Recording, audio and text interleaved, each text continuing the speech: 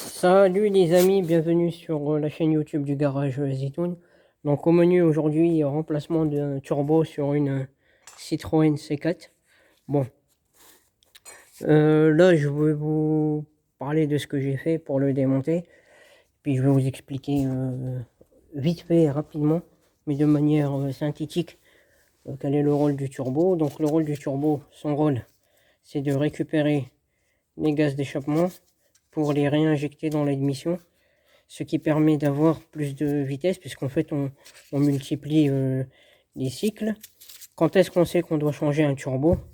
En fait, premier contrôle, on regarde ici les aubes, si elles ne sont pas abîmées. Et en fait ici, on regarde en fait s'il y a un jeu. Dans celui-là, il y a un léger jeu. D'accord? Donc il fallait le changer parce que le client il se plaignait de manque de puissance. Donc on voit ici la partie échappement. Il y a ce qu'on appelle un jeu vraiment minime, mais il y a un jeu. Donc ce qu'on fait, parce que le garage Zitoun fait quand il change un turbo, il démonte le turbo qui est là, il le remplace. Nous démontons le catalyseur, le filtre à particules, parce qu'en fait le turbo vient se fixer ici, sur cette partie-là. D'accord, le turbo est fixé sur la partie haute du filtre à particules. Donc on le démonte, on le nettoie. Comment on le nettoie? Au Karcher avec de l'eau, du savon, et puis c'est bon. Après ce qu'on fait aussi, on démonte la vanne EGR. Ici la vanne EGR, elle est encrassée, mais elle n'est pas si encrassée que ça en fait. Donc on la nettoie. Comment on la nettoie? Bon, il y a plusieurs techniques, hein. Soit vous avez un produit nettoyant vanne EGR, soit vous la nettoyez à l'essence, mais à ce moment-là, vous attendez vraiment bien qu'elle sèche et puis vous nettoyez. Ici, tous les conduits qui vont dans le catalyseur, on les démonte aussi, on les nettoie. Il y en a deux. Il y a celui-là et puis celui-là.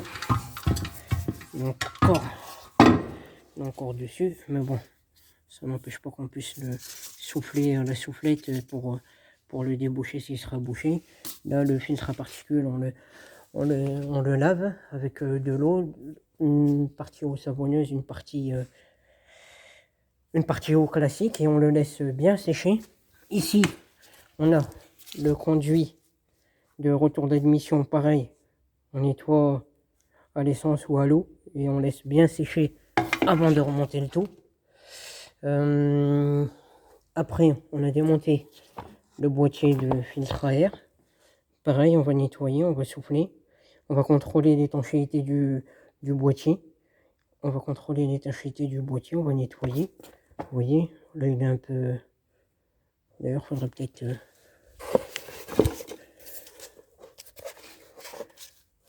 Je vais voir avec le client, mais il a abîmé celui-là. Donc il faudrait envisager son remplacement. Vous voyez, il faut contrôler en fait. Parce que si au niveau de l'air il n'y a pas d'étanchéité, ça peut être problématique. Donc voilà. Le filtre à air il est neuf. Donc on va mettre un coup de soufflette, on va le nettoyer. Ici les tuyaux qui se conduisent au filtre à air, pareil, on va les nettoyer, on va les laisser sécher. Là c'est le couvercle du filtre à air. Là il y a le débitmètre. Pareil, ce qu'on va faire c'est que par acquis de conscience on va le démonter, on va le nettoyer. Puis là c'est toute la partie haute. Donc voilà.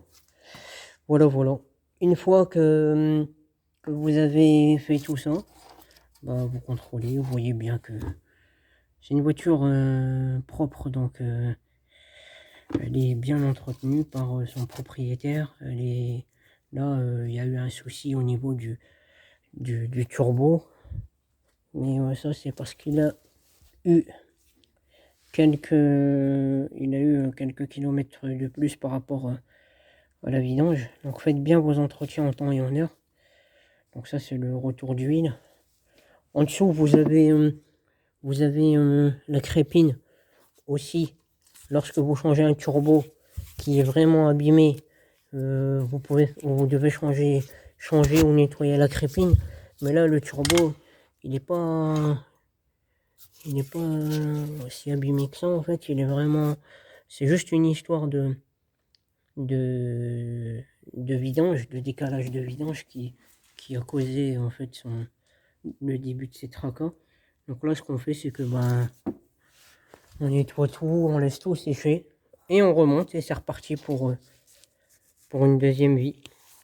Et on va nettoyer aussi, on va contrôler ici les durites, tout ça, on va tout contrôler en fait. Tout ici vous avez un capteur. C'est ce capteur là en fait qui mesure, qui fait la différence entre la sonde du bas et la sonde du haut du filtre à particules, et c'est lui qui remonte l'information si le filtre il est bouché.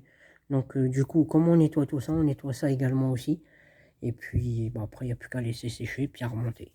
Voilà.